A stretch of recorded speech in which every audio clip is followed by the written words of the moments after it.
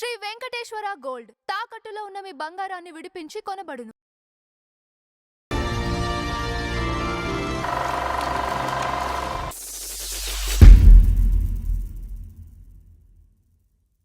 కానీ ఫస్ట్‌దంటే సెకండ్ అవుద్ది కాబట్టి అక్కడ సలహా మంచిదే కావచ్చు.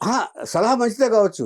కానీ ఎప్పుడు అప్పుడు ఇదే పాట పాడితే ఎట్లా అమెరికా వెళ్ళటం అది పెళ్లి చేయటం అంటే నువ్వు పెళ్లి చేసుకోవడానికి వీలేదని చెప్పింది.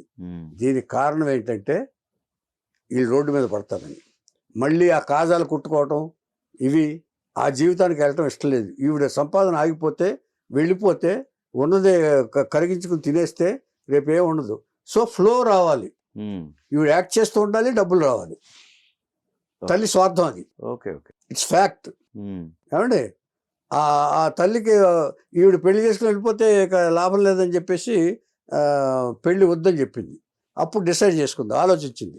సో ఇలాగ చేస్తూ ఉంటే నాకు 40 ఏళ్ళు వచ్చేస్తాయి, ఇక నన్ను పెళ్లి చేసుకుని ఎవరు ఉండరు, ఇక్కడే వెళ్ళిపోవాలి, ఫ్యామిలీని పోషించి జీవితాంతం ఉండిపోవాలని ఆలోచన అప్పుడు వచ్చింది భానుప్రియ. ఓకే, అంతవరకు రాలా. ఇప్పుడు తల్లిదండ్రుల పట్ల ఇదేం కాదు, కాకపోతే ఏంటంటే వీళ్ళేంటి ఇంత స్వార్థంగా ఆలోచిస్తున్నారని ఆలోచన అప్పుడు తట్టింది. అంటే వాళ్ళతో పాటు అమెరికా వెళ్ళిపోయింది.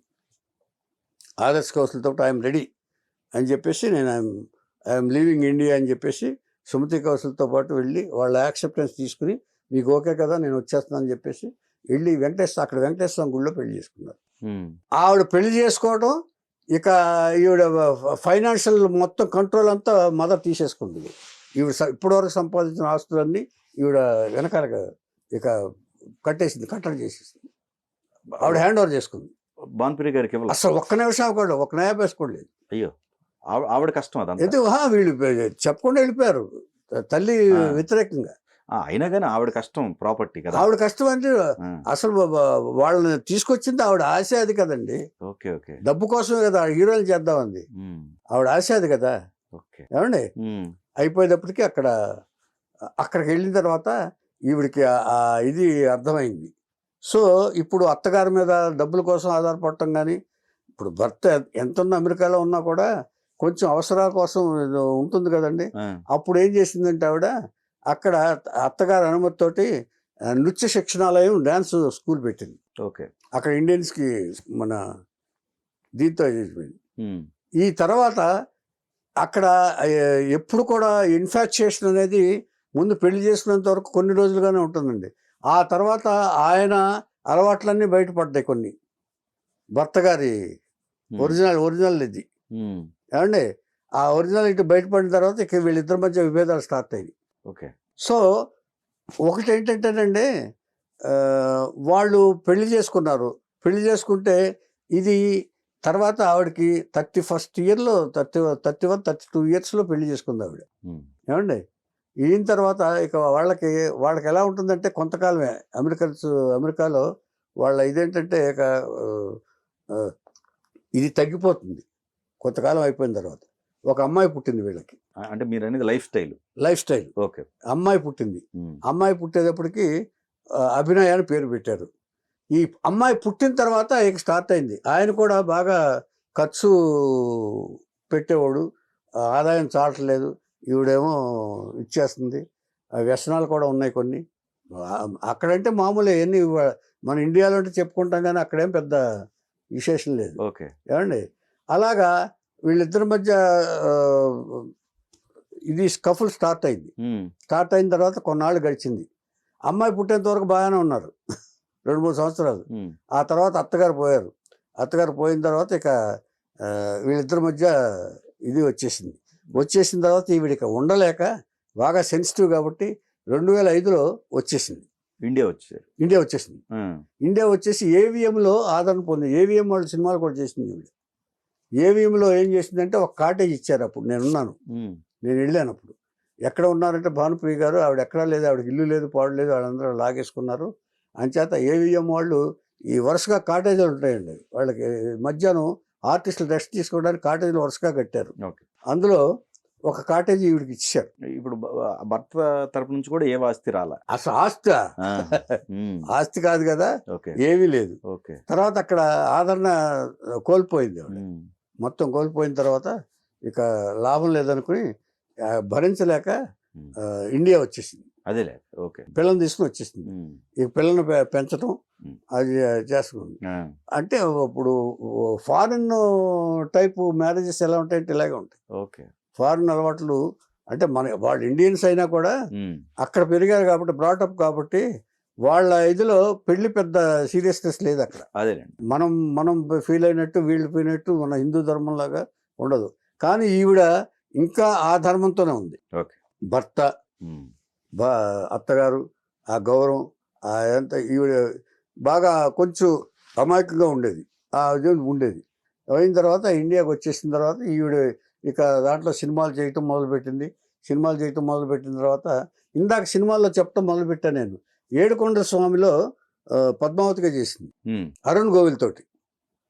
ఏడుకొండల స్వామి అనే సినిమా వడ్డ రమేష్ గారు తీశారు. ఓకే. ఏమంటే శనివారం వ్రత మహత్యం అది ఆ సినిమా. ఆ తర్వాత నెక్స్ట్ ఇక్కడికి వచ్చిన తర్వాత అన్నమయ్యలో చేసింది. అన్నమయ్యలో నాగార్జున గారికి ఆ పద్మావతి ప్రత్యక్షమై ఇచ్చేస్తుంది కదా, చెప్పుల గురించి చెప్తుంది. చెప్పులతో వెళ్తున్న కొండపైకి స్వామివారి దగ్గరికి వెళ్ళకూడదని ఆ పద్మావతిగా ఆ పాత్ర కూడా ఇలాగా కొన్ని. తర్వాత శక్తి అనే సీరియల్, తర్వాత సురేష్ కృష్ణతోటి ఒక సీరియల్ చేశాడు. సురేష్ కృష్ణ సీరియల్ చేసినప్పుడు నేను వెళ్ళాను అక్కడికి. ఓకే. ఆవిడ దగ్గరికి ఆవిడ ఇంటర్వ్యూ కోసం వెళ్ళాను నేను. సో ఆవిడ లైఫ్ ఆవిడ లీడ్ చేస్తుందండి ఇక్కడ. ఇటు ఎవరి సపోర్టు లేదు. ఏమండి ఆవిడ లైఫ్ ఆవిడ లీడ్ చేస్తుంటే ఇలా జరుగుతుండగా కొంతకాలం 2018కి వాళ్ళ హస్బెండ్ చనిపోయాడు అక్కడ, హార్ట్ అటాక్ అక్కడ యుఎస్ అమెరికా. చనిపోయిన తర్వాత ఈవిడికి ఇక మెంటల్ కొంచెం అప్సెట్ అయింది. ఇంచేత ఇప్పటికే డిస్టర్బ్డ్ మైండ్ తోటే రీల్ చేస్తున్న లైఫ్. నా జీవితం ఏమిటి ఇలా అయిపోయింది. ఇంచేత ఒంటరి బ్రతుకంటే చాలా కష్టం అండి. ఈవిడ ఏం చేసిందంటే హిందీ సినిమా ఆర్టిస్టులకి ఊర్మిళ, కాజోలు, వీళ్ళందరికీ మనీషా, వీళ్ళందరికీ హీరోయిన్ వాయిస్ డబ్బింగ్ చెప్పడం కూడా ప్రారంభించింది బ్రతుకు తెరువు కోసం. ఓకే. ఏమండి తనకు వచ్చిన కళలన్నిటినీ తను బతకడానికి, తన బిడ్డను బతికించుకోవడానికి ఉపయోగించుకుంది ఈవిడ. ఒక ఆడపిల్లకి తోడు లేకపోతే ఎంత అవస్థలు పడతారో అన్ని అవస్థలు బానుపిని పడింది. అదే తన క్యారెక్టర్ని కాపాడుకుంటూ. పైగా అంత సాఫ్ట్గానే ఉండేదండి, అంత ఇదిగానే ఉండేది.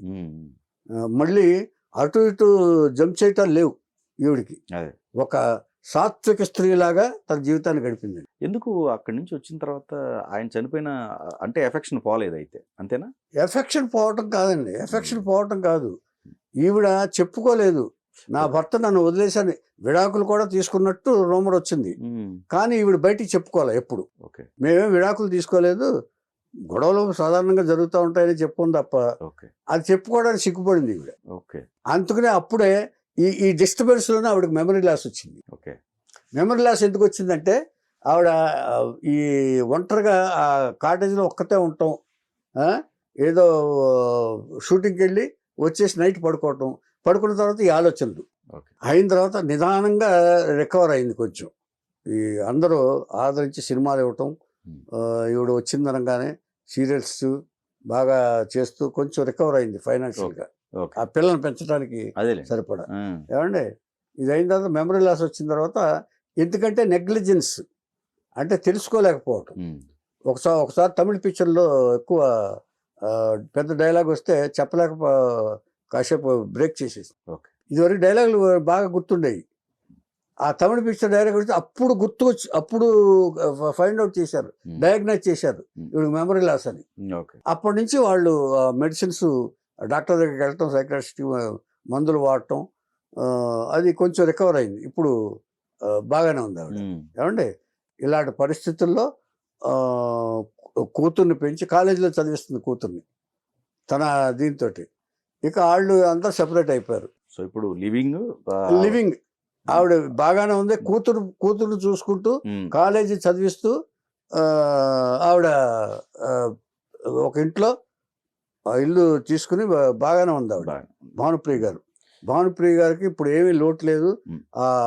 ఇప్పుడు తనేంటో తెలుసుకుంది ఆవిడ, తన ఫ్యామిలీ అంటే ఏమిటో తెలుసుకుంది ఆవిడ. ఇప్పుడు భానుప్రియ గారు లాగా సఫరర్స్ ఉన్నారు, చాలా మంది ఉన్నారు. మనం మాట్లాడుకున్నాం. అయితే అండి భానుప్రియ గారు సెకండ్ ఇన్నింగ్స్ ఎందుకు అగ్రెసివ్ గా చేయలేకపోయారనిపించింది సినిమాలు.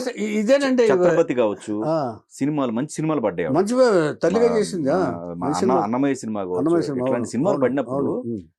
క్యారెక్టర్స్ ఇంకా చేస్తుంటే బాగుండేదే అనిపించింది. ఆ క్యారెక్టర్స్ చేస్తుంటేనండి ఆవిడకి కొంచెం మైండ్ సరిగ్గా లేదండి, అదే అంటే హ్యాపీగా లేదు, కొన్ని డిస్టర్బెన్స్. ఒప్పుకోలేదు, కొన్ని ఆ, ఈ రీత్యా ఒప్పుకోలేదు కొంచెం, అదే ఆవిడకి మైండ్ రాలేదు. Okay okay. ఆ తర్వాత సర్వైవల్ తప్పదు కదా, అందుకని కొన్ని సినిమాలు చేసింది.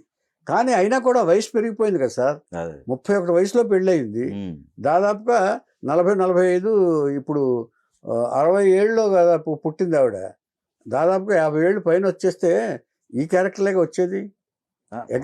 అగ్రెసివ్గా కూడా చేయటానికి మదర్ క్యారెక్టర్స్ కావచ్చు, మదర్ క్యారెక్టర్స్ అయినా కూడానండి,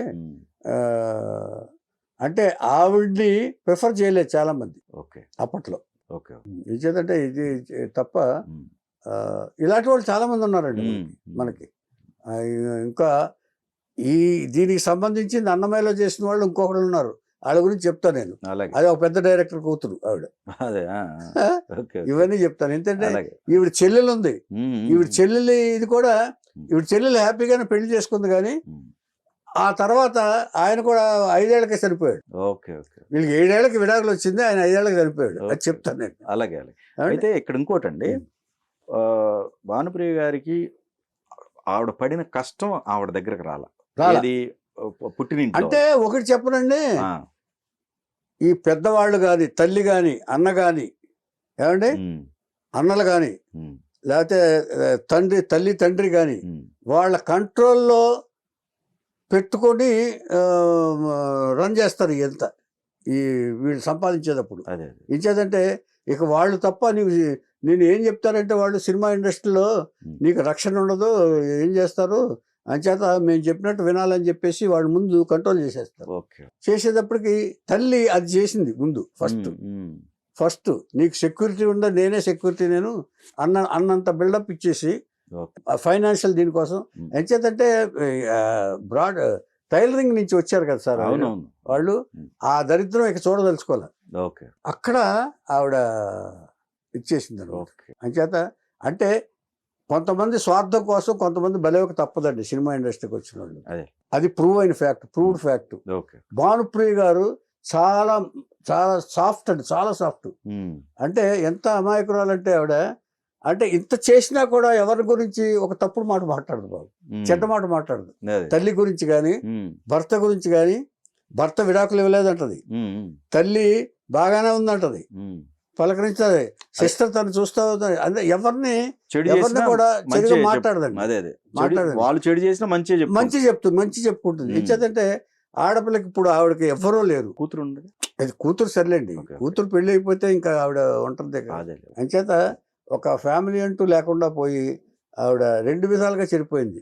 ఒకసారేమో ఓకే వంశీ పెళ్లి చేసుకుంటానన్నప్పుడేమో ఓకే అది రీజనబుల్ అనుకున్నాం, మనం అది రాంగ్ డెసిషన్ అనుకున్నాం. కానీ ఇదేమిటిది, ఇది అమెరికా వెళ్ళి ధైర్యం చేసి పెళ్లి చేసుకుంది, అక్కడ ధైర్యం వచ్చింది అమ్మాయికి, రియలైజ్ అయ్యి.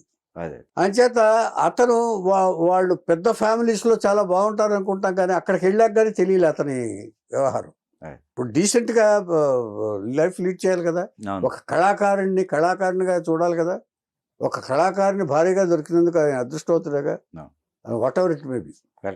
అంచేత ఈ ఇబ్బందుల వల్ల లేకపోతే ఆవిడ వచ్చేది కదండి, ఆవిడ కర్మ ఏంటంటే రావాల్సిన కర్మ. ఓకే 2005లో వచ్చేసింది, దాదాపుగా విడాకులు అన్నారు, వచ్చేసిన తర్వాత 18 ఆయన చనిపోయేంత వరకు మళ్ళీ ఎందుకు వెళ్ళలేదు ఈవిడ? ఒకవేళ నిజమే అయితే విడాకులు తీసుకోకపోతే మళ్ళీ ఇండియా నుంచి ఎందుకు వెళ్ళలేదు అక్కడికి? వెళ్ళాలి కదా, ఒంటరిగా ఉంటుంది, నేను కళ్ళారా చూశాను నేను.